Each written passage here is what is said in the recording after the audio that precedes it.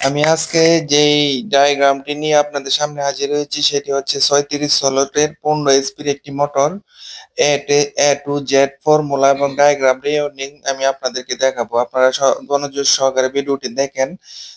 36 RPM হচ্ছে 1460, পুল সংখ্যা হচ্ছে 4, টোটাল কয়েল হচ্ছে 18 পিস, ডাবল কয়েল 6 পিস, সিঙ্গেল কয়েল 6 পিস, 2 ওয়্যার 18 নম্বরের 2 তারে ব্যবহার করছি। Number of turn 33।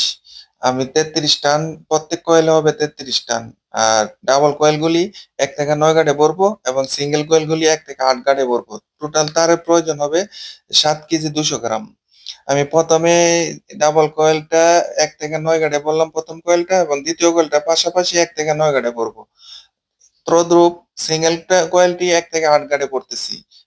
এখানে আপনাদের সুবিধার্থে আমি 2 কালার ব্যবহার করছি, কালো এবং লাল।